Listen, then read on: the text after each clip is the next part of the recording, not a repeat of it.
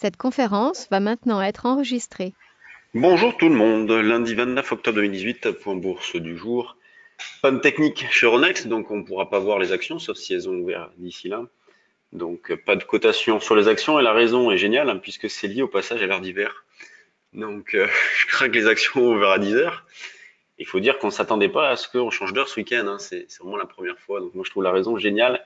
Problème technique lié au passage à l'heure d'hiver. Petit retour sur la séance de vendredi, avec des marchés qui ont fortement baissé. Aux États-Unis, le Dow Jones a terminé en repli de plus de 1%, le Nasdaq supérieur à 2%, le SP500 a terminé en baisse de 1,73%, l'Europe a terminé en forte baisse aussi, notamment le CAC qui a cédé 1,30%. Ce matin, le Nikkei a terminé proche de l'équilibre, moins 0,16.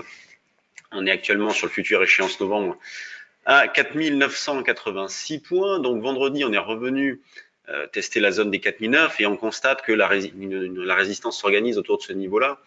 Le marché ne passe pas au travers, et même vendredi, vous voyez, en fin de séance, quand on revient, on fait un plus bas sur une longue période, puisqu'on a cassé les plus bas du jour, eh bien, il n'y a pas de relais, les gestions de delta ne s'activent pas, il n'y a pas de stop qui se déclenche. Donc on voit bien que le manque d'intérêt, de conviction est évident, il y a une grande méfiance de la part de tous, mais le marché reste fébrile. Donc toujours pas d'accélération.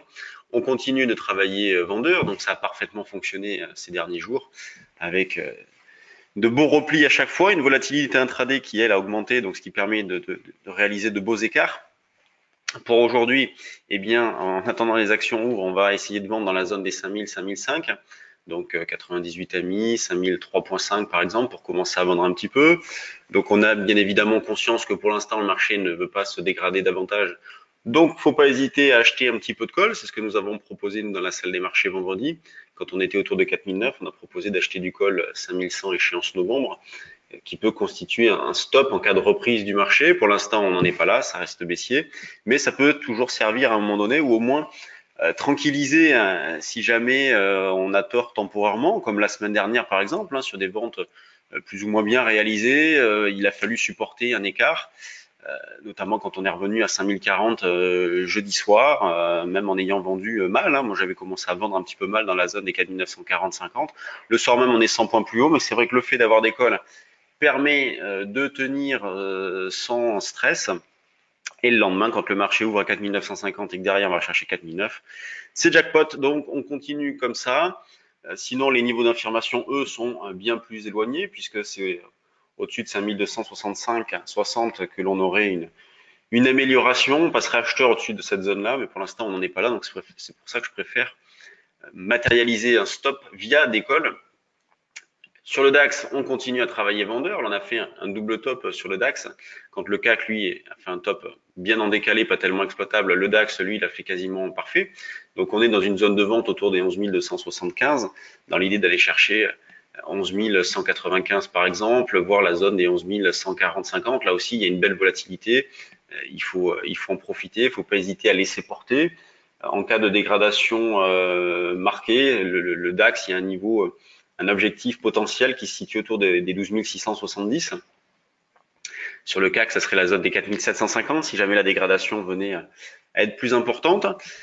En ce qui concerne l'eurodoll, eh bien, il a toujours un biais qui est baissier, donc on cherche à vendre sur des rebonds. La plus proche résistance, c'est que nous avons proposé ce matin sur le trade du jour, c'est la zone des 1, 14, 15, 20, donc pour jouer un double top avec vendredi 22 heures. Donc double top ici, avec un rachat potentiel qui est déjà atteint, puisque c'est la zone des 1,1385 pour un écart rapide.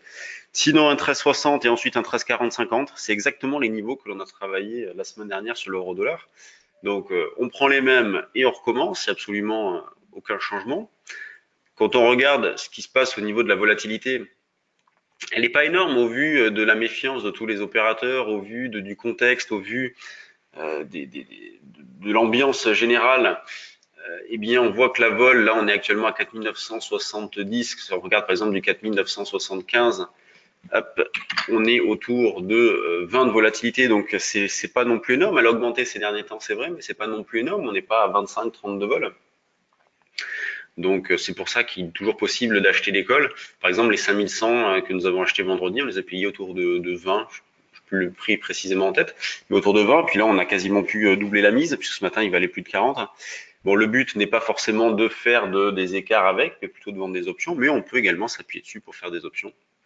Donc, c'est ce que nous proposons notamment dans le trade du jour CAC 40, où depuis quelques mois, nous avons rajouté des propositions sur les options. Donc, trade du jour dynamique CAC 40, des propositions sont faites sur les options également, donc des stratégies de synthétique ou carrément à base de vente d'options. Donc les actions, nous les regarderons pas dans la mesure où pour l'instant ça ne code toujours pas, il est 9h28, panne. Donc est-ce que ça va réouvrir à 10h pour tenir compte de l'heure de décalage? C'est possible. Mais ça ne nous empêche pas de bosser, en tout cas le futur, CAC, DAX et Euro-Dollar. Sur ce, je vous laisse, passez une bonne séance. Et puis à demain pour un nouveau point bourse.